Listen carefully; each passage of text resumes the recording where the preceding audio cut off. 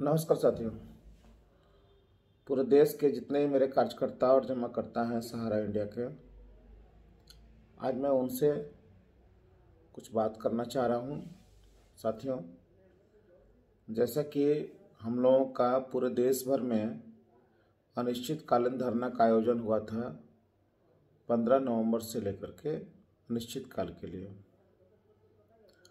पूरे देश के लोग बहुत ही जोश खरोश के साथ सड़कों पे आए और 15 नवंबर को पूरे देश में भुगतान की क्रांति के लिए लोग अपने अपने जोनल कार्यालय पर भारी संख्या में लोग उमड़े।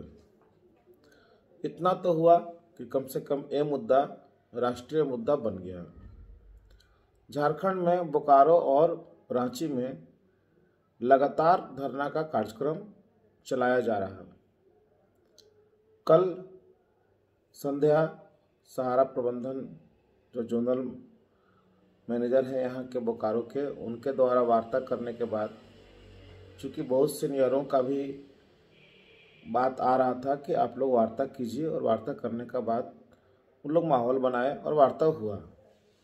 वार्ता में कुछ लिखित समझौते हुए और उसके आधार पे हम लोग कुछ दिनों के लिए ये धरना कार्यक्रम को स्थगित कर दिए। आज सुबह से काफ़ी मात्रा में फ़ोन आया, व्हाट्सएप पर भी लोग लिख रहे हैं कि हम लोग जो है वो सेटिंग कर लिए आंदोलन को स्थगित करने के लिए, या कुछ सीनियर जो है हम लोगों को साथ धमकी दे दिए, या कुछ लोग कह रहे हैं कि हम लोग सहारा प्रबंधन से तालमेल कर दिए। ये वैसे लोग हैं जो उंगली उठा रहे हैं हमारे इस बोकारो के आंदोलन पे। उनमें से बहुत सारे लोग आंदोलन स्थल पर, धरना स्थल पर एक दिन के लिए भी नहीं आए। एक दिन के लिए वहाँ नहीं आए, केवल व्हाट्सएप पर ही सब कुछ देख रहे थे, समझ रहे थे कि धरना हो रहा है। व्हाट्सएप पर लिखना, व्हाट्सएप पर मैसेज फॉरवर्डेड करना बहुत ही आसान होता है, किंतु ज़मीन पर काम करना कितना कठिन होता है वो काम करने वाले ही जानते हैं। ऐसी बात नहीं है साथियों, चाहे वो मंडल प्रमुख सुंदर झा हो या सहारा प्रमुख सुब्रत राय हो, किसी की इतनी हिम्मत नहीं है कि नागेंद्र कुशवाहा या संयुक्त ऑल इंडिया जन आंदोलन संघर्ष न्याय मोर्चा के किसी भी कार्यकर्ता को डरा दें या किसी के साथ कोई और तरह का बात कर ले या किसी को खरीद लें। ऐसा नहीं हो सकता है। लेकिन उंगली तो उठता ही है, उंगली उठाते हैं लोग। तो मैं उन लोगों के लिए कुछ बातें कहना चाहता हूँ। साथियों, आज तक जितना भी आंदोलन हुआ, चाहे वो लखनऊ में हुआ, दिल्ली के जंतर मंतर पर हुआ, देश के कई राजधानियों में हुआ, जो लोग उंगली उठाने वाले लोग हैं शायद कहीं पहुँचे नहीं, कहीं खड़े हुए नहीं, लेकिन इनका मजाक उड़ाना या कुछ व्यंग करना या कुछ ऐसा तीखा बात करना आदत हो गया है जो लोगों को आंदोलन को कमज़ोर करता है। ऐसे लोगों को पहचानने की ज़रूरत है। साथियों, हम भी जान रहे हैं कि मंडल प्रमुख सुंदर झा के साथ जो भी वार्ता हुई, जो भी एग्रीमेंट हुआ, वो सब बकवास है, वो सारा वादा झूठा है। क्योंकि सहारा प्रमुख सुब्रत राय के वादे पर जब कुछ नहीं हुआ, उनके सारे वादे झूठे और खोखले साबित हुए, तो सुंदर झा की क्या बिसात है। किंतु कुछ बातें ऐसा होता है आंदोलन में कि 4 कदम आगे और 4 कदम पीछे हटना पड़ता है और फिर तेजी के साथ आगे बढ़ना पड़ता है, तभी आंदोलन की गति मिल पाती है। मेरा आंदोलन अभी खत्म नहीं हुआ है। जो लोग समझ रहे हैं इस बात को, वो ध्यान से समझे इस बात को, क्योंकि हम जान रहे हैं कि एक मंडल प्रमुख या रीजनल मैनेजर या सहारा के छोटे छोटे अधिकारी, इनके बस की बात नहीं है कि हमारा भुगतान एक कर दे। जितना दिन से हम काम कर रहे हैं संगठन में या जो भी चीजें कर रहे हैं, उससे साफ पता चल रहा है कि सहारा प्रबंधन, जो उच्च प्रबंधन सुब्रत राय हैं या ओपी श्रीवास्तव हैं, इन सब की मनसा भुगतान देने की है ही नहीं, और इनका साथ भारत सरकार भी दे रहा है। इसीलिए हम लोगों की लड़ाई जो है अब सीधे सीधे सहारा प्रमुख और भारत सरकार से हो गया है। और जब तक ये दोनों पर दबाव नहीं देंगे, तब तक हम लोगों का भुगतान का रास्ता नहीं खुलेगा। और इसके लिए जो चीज तय किया जा रहा है उस पर काम करें साथियों। हम आप पे व्यंग करें, आप हम पे व्यंग करें, छोटी छोटी बातों में उलझ जाएंगे तो बड़ा टारगेट खत्म हो जाएगा। अभी करना क्या है कि हम लोग मार्च तक ही इस कार्यक्रम को, धरना के कार्यक्रम को खास करके स्थगित किए हैं। लेकिन मार्च तक हम शांति से नहीं बैठेंगे। मार्च तक आप लोग सब मेरा साथ दें, सबको मेरा साथ लें या खुद से आगे बढ़ें। अभी पूरे झारखंड में 3 ऐसे जिले हैं जहां हमारा संगठन बना। भारत के बहुत सारे ऐसे जिले हैं जहां हमारा संगठन आज भी खड़ा नहीं हुआ। सब लोग जो जहां हैं अपने अपने जिले में संगठन का गठन करें, अपना बैंक खाता खुलवा लें अपने अपने जिलों में और लोगों को संगठित करें। क्योंकि जब तक संगठन आपका बड़ा नहीं होगा तब तक कार्यक्रम बड़ा नहीं होगा। और मुझे बोकारो का आंदोलन में महसूस हुआ। हम 8 दिन वहाँ लगातार धरना पर रहे, लेकिन हमारी संख्या उतनी नहीं थी जितना का हम अनुमान किए थे। अगर हम कहते हैं कि हम पूरे देश में 10 लाख 12 लाख कार्यकर्ता हैं, तो उसका अगर 10% 20% भी अगर भीड़ एक जगह इकट्ठा होता तो माहौल ही कुछ बनता। और वो होगा, वो तब होगा जब प्रत्येक जिले में हमारी कमेटी बन जाएगी और हर जिले से लोग निकलेंगे, क्योंकि बिना निकले हुए कोई उपाय नहीं है। साथ ही साथ हम लोगों को लीगल का भी काम करना है। ऐसा कोई ब्रांच न रहे जिसका कि FIR न हो। हर ब्रांच अपना अपना FIR में लग जाए, अपना अपना डाटा कलेक्ट करें और संबंधित थानों में FIR करें। 7 दिसंबर से लोकसभा स्टार्ट होने जा रहा है।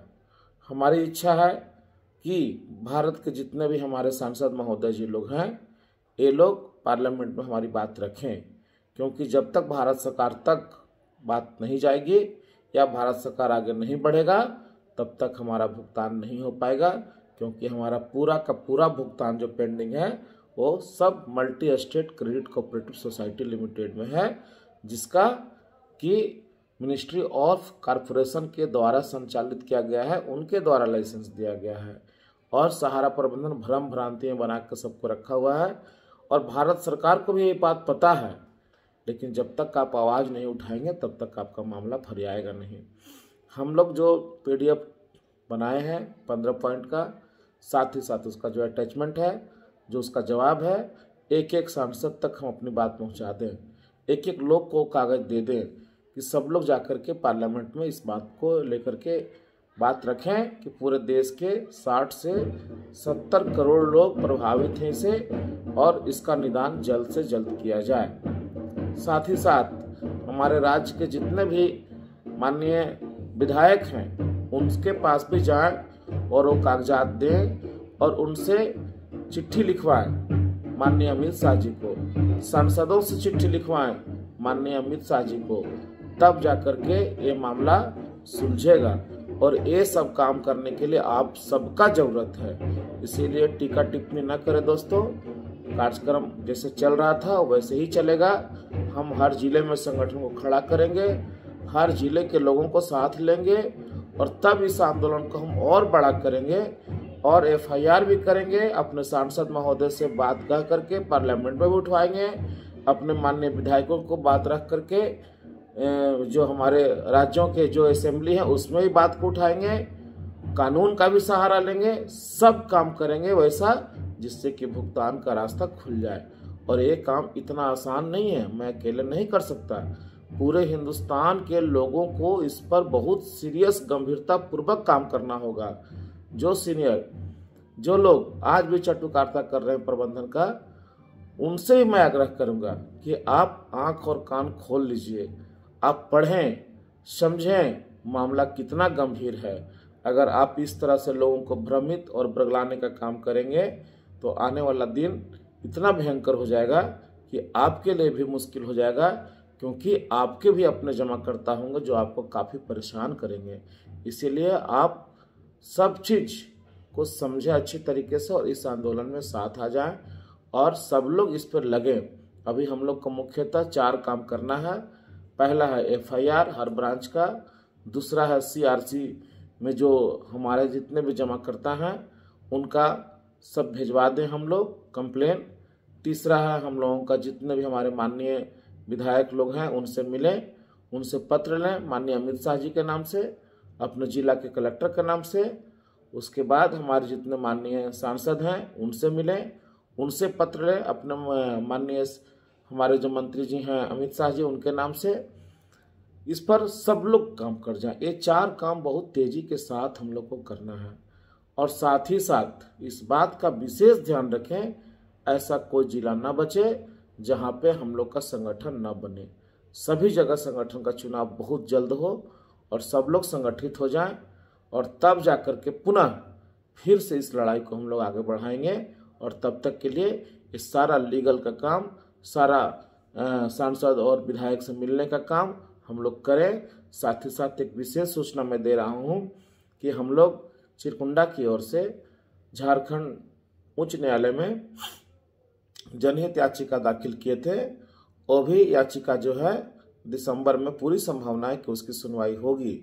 उसके लिए बहुत सा पेपर वर्क करना है, वो हम लोग करने जा रहे हैं। जिनको भी इंटरवेनर के रूप में उसमें जुड़ना है वो उसमें जुड़ सकते हैं और इस लड़ाई को और आगे बढ़ाना है। साथियों, हम जो बातें आप लोगों को कह रहे हैं, जो बात समझाना चाह रहे हैं उसको समझें।